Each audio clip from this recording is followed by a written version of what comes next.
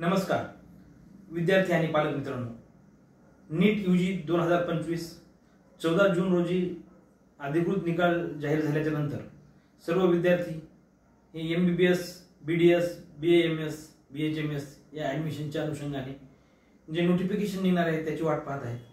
त्याची रजिस्ट्रेशन प्रक्रिया यथावकाश सुरू होईल.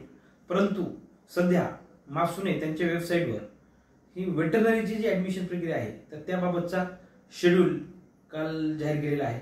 तर त्या शेड्यूलनुसार कसा असणार आहे हा शेड्यूल, त्यानंतर वेटरनरीसाठी कोण पात्र असतं, वेटरनरीसाठी जे रजिस्ट्रेशन आहे तर त्याबाबतची प्रक्रिया कशी असणार आहे, या सर्व जी युक्तिमभूत माहिती घेऊन मी आज आपल्यासमोर आलेलो आहे. मी अनिल चव्हाण, ABC काउन्सिलिंग या आपल्या यूट्यूब चॅनलमध्ये आपल्या सर्वांचं स्वागत करतो. विद्यार्थी मित्रांनो, मागील वर्षापासून मी जास्तीत जास्त विद्यार्थ्यांना वेटरनरी ॲडमिशनमध्ये म्हणजे एकूणच करिअरच्या अनुषंगाने जास्तीत जास्त विद्यार्थ्यांना एक योग्य दिशेने ॲडमिशनची माहिती मिळावी या अनुषंगाने मी आपल्या समोर माहिती घेऊन येत असतो. यामध्ये कुठलाही व्यावसायिक हेतू नाही. त्यामुळे आपल्या जास्तीत जास्त विद्यार्थ्यांपर्यंत हा व्हिडिओ पोहोचावा आणि हा व्हिडिओ आपण सुद्धा शेवटपर्यंत पाहावा. आवडल्यास लाईक आणि शेअर करावं, ही अशी माझी आपल्या सर्वांना आव्हान आहे. तर विद्यार्थी मित्रांनो, जे वेटरनरीचे ॲडमिशन आहे तर या वेटरनरीच्या ॲडमिशनसाठी पात्रता काय असते, तर या वेटरनरीच्या ॲडमिशनमध्ये जो विद्यार्थ्यांना 12वी सायन्स या फिजिक्स, केमिस्ट्री, बायोलॉजी आणि या इंग्लिश या विषयामध्ये ॲग्रिगेट 50%, याचाच अर्थ त्यांना 200 मार्क्स फिजिक्स, केमिस्ट्री, बायोलॉजी आणि इंग्लिशमध्ये 200 मार्क्स त्यांना विद्यार्थ्यांना मिळणे आवश्यक असतात.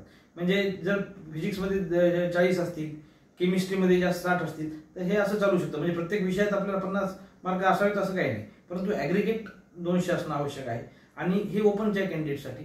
आणि जे रिझर्वेशनचे आहेत किंवा इतर मागासवर्गीय SC, ST, OBC, त्यानंतर SCBC, इतर काही जे राखीव जागा आहेत तर त्यासाठी ही 190 मार्क्स ॲग्रिगेट ही अशी ही अट आहे. त्यानंतर विद्यार्थ्यांनी नीट यूजी 2025 मध्ये क्वालिफाईंग मार्क्स प्राप्त केलेले असले पाहिजेत. आणि विद्यार्थ्यांचं वय हे म्हणजे विद्यार्थी हा 1 जानेवारी 2009च्या नंतर जन्म झालेला नसावा. म्हणजे 1 जानेवारी 2009च्या पूर्वी, त्या दिवशी किंवा त्यापूर्वी ज्याचा जन्म झालेला आहे असे सर्व विद्यार्थी यासाठी पात्र असणार आहेत. त्यानंतर डोमासाईलच्या बाबतीत काही अटी आहेत. उदाहरणार्थ जे विद्यार्थी 10वी, 11वी, 12वी महाराष्ट्रातून उत्तीर्ण झाले आहेत तर त्यांना ते सर्वच जागेसाठी पात्र असणार आहेत. परंतु जे विद्यार्थ्यांनी 12वी महाराष्ट्राच्या बाहेर राहून किंवा महाराष्ट्राच्या बाहेर कॉलेजमधून उत्तीर्ण झालेले आहेत तर अशा विद्यार्थ्यांचे पालक किंवा ज्यांचे जे आई वडील जे आहेत तर ते जर महाराष्ट्राचे डोमासाईल असतील तर अशा विद्यार्थ्यांना महाराष्ट्रातल्या ज्या 30% जागा आहेत तर म्हणजे ज्या मेडिकल जे वेटरनरीचं जे ॲडमिशन असतं त्यात 70 आणि 30% असा कोठा असतो. 70% युनिव्हर्सिटीसाठी, 30% राज्य म्हणजे स्टेट कोठा असतो. त्या 30% स्टेट कोठ्यासाठी हे विद्यार्थी पात्र असणार आहेत. नेमका विद्यार्थ्यांना किती जागा असणार आहेत, प्रत्येक कोठ्यातून किती जागा भरल्या जात असतात, त्यानंतर VCI काय असतं, VCI कोटा किती असतो, हे संपूर्ण माहितीचा व्हिडिओ मी वेगळ्या पद्धतीने करणार आहे किंवा हा वेगळा व्हिडिओ आपल्यासमोर मी सांगल करणार आहे. आणि वेळोवेळी त्या अनुषंगाने आपल्याला माहिती आपल्याला घेऊनच येणार आहे. त्यामुळे आपण सध्या फक्त एवढंच आपल्यासाठी महत्त्वाचं आहे की साधारणतः जे महाराष्ट्राच्या बाहेरचे जे 12वी महाराष्ट्रातून उत्तीर्ण झालेले आहेत, महाराष्ट्राबाहेरून उत्तीर्ण झाले आहेत तर अशा विद्यार्थ्यांच्या पालक जर महाराष्ट्राचे आदिवासी असतील किंवा रहिवासी असतील तर अशा विद्यार्थ्यांसाठी हे 30% साठी वेटरनरीच्या ॲडमिशनसाठी पात्र असणार आहे. तर विद्यार्थी मित्रांनो, यानंतर आपल्याला जो रिझर्वेशन आहे तर यासाठी सगळ्या प्रकारचं रिझर्वेशन हे असतं. याशिवाय पॅरलल रिझर्वेशन काय असतं, पॅरलल रिझर्वेशन म्हणजे किंवा हॉरिझॉन्टल रिझर्वेशन यालाही असं म्हणतात. म्हणजे हे रिझर्वेशन यांना वेगळं रिझर्वेशन असतं. त्या कॅटेगरीच्या विद्यार्थ्यांचं जर ॲडमिशन त्यांचं झालेलं असेल तर त्या ठिकाणची जागा त्यांनाही दिली जाते. आणि जर त्या कॅटेगरीच्या विद्यार्थ्याला त्या मिळाली नाही तर त्याला खालून किंवा त्यांच्या मेरिटमधून ती वेगळे भरली जाते. तर अशा पद्धतीचे हॉरिझॉन्टल रिझर्वेशन, असं हॉरिझॉन्टल रिझर्वेशन सुद्धा यामध्ये असतं. त्यानंतर आपल्याला या पुढचा जर विचार केला तर या रजिस्ट्रेशनची जी प्रक्रिया आहे तर रजिस्ट्रेशनच्या प्रक्रियेच्या अनुषंगाने आपल्याला मी तुम्हाला सांगू इच्छितो की रजिस्ट्रेशनची जी प्रक्रिया असणार आहे तर या रजिस्ट्रेशनच्या प्रक्रियेमध्ये आपल्याला सर्वात प्रथम आपण माफसूच्या जी अधिकृत वेबसाईट आहे www.mafsu.ac.in या वेबसाईटवर जाऊन आपण सर्वप्रथम BVSC and AH admission, UG admission यामध्ये आपण जायचं आहे. आणि त्यानंतर तिथून संपूर्ण जे माहिती पुस्तक आहे तर ते माहिती पुस्तक डाउनलोड करा, संपूर्ण माहिती पुस्तक वाचा आणि त्या अनुषंगाने आवश्यक ती माहिती आपण आपल्या जवळ तयार करून ठेवा.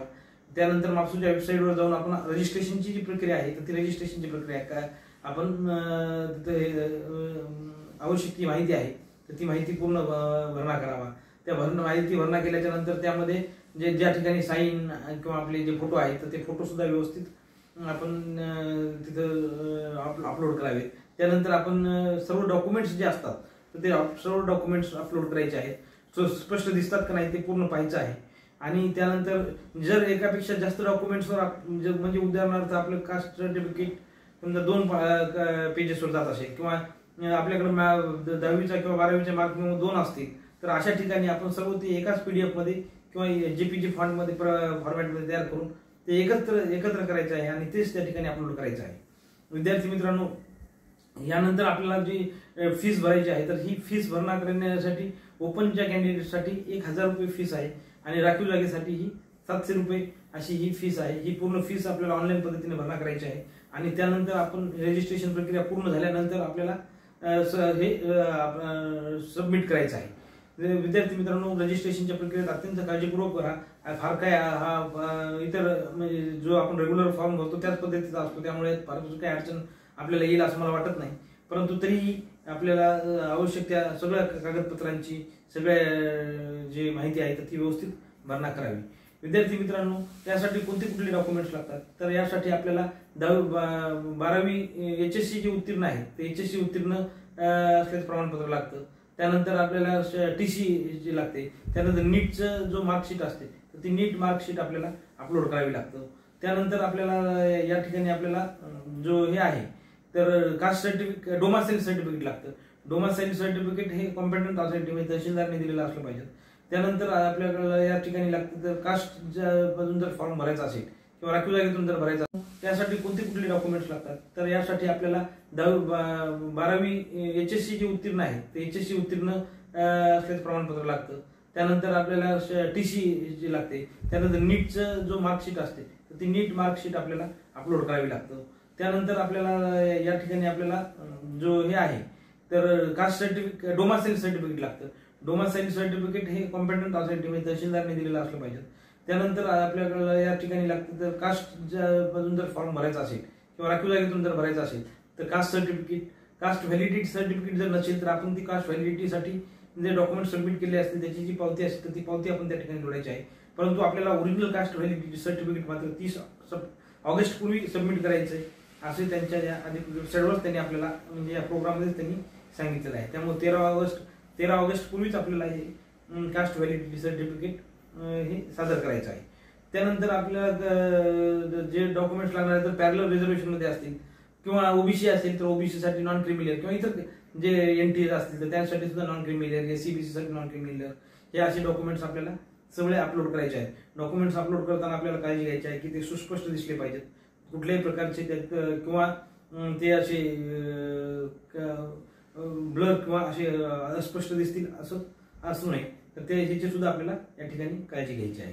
विद्यार्थी मित्रांनो, हा जो शेड्यूल आहे तर हा कसा असणार आहे तर हा आपल्याला 12 तारखेपर्यंत आपल्याला ऑनलाईन रजिस्ट्रेशन करायचं आहे. त्यानंतर 16 तारखेला आपल्याला त्या जे काही डॉक्युमेंट्स भरणा करण्यात काही आपल्याला त्रुट्या राहून गेल्या असतील किंवा अपुरे डॉक्युमेंट्स सबमिट केले असतील तर त्या विद्यार्थ्यांची एक यादी 16 सप्टेंबर जुलै रोजी ते प्रसिद्ध करत असतात.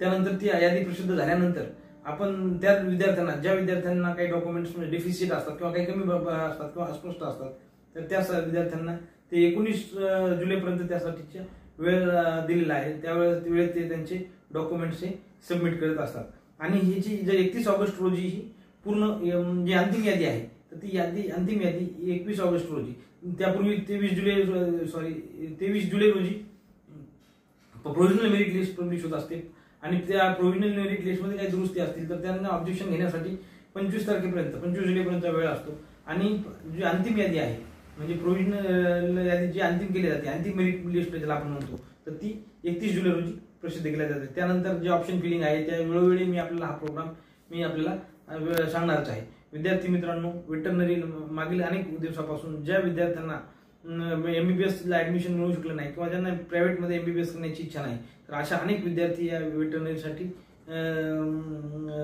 ॲडमिशनकडे लक्ष देत असतात आणि ते ॲडमिशन घेतही असतात. आपण गेल्या वर्षी जर पाहिलं तर त्याचं मेरिट MBBSच्या खालोखाल आलेलं आहे आणि यावेळेस सुद्धा ज्यांना 480 पेक्षा कमी मार्क्स आहेत, तर अशा विद्यार्थ्यांनी जर आपल्याला इतर क्षेत्रात जर MBBS शिवाय इतर काही क्षेत्रामध्ये करिअर करण्याची इच्छा आहे तर त्यांच्यासाठी हा एक चांगला पर्याय उपलब्ध आहे असं मला वाटतं. अशाच या वेगवेगळ्या माहितीसाठी प्रत्येक टप्प्याची माहिती घेऊन मी आपल्यासमोर येणार आहे. तरी आपण या चॅनलला सबस्क्राईब करा आणि जास्तीत जास्त लोकांपर्यंत हा व्हिडिओ पोहोचा.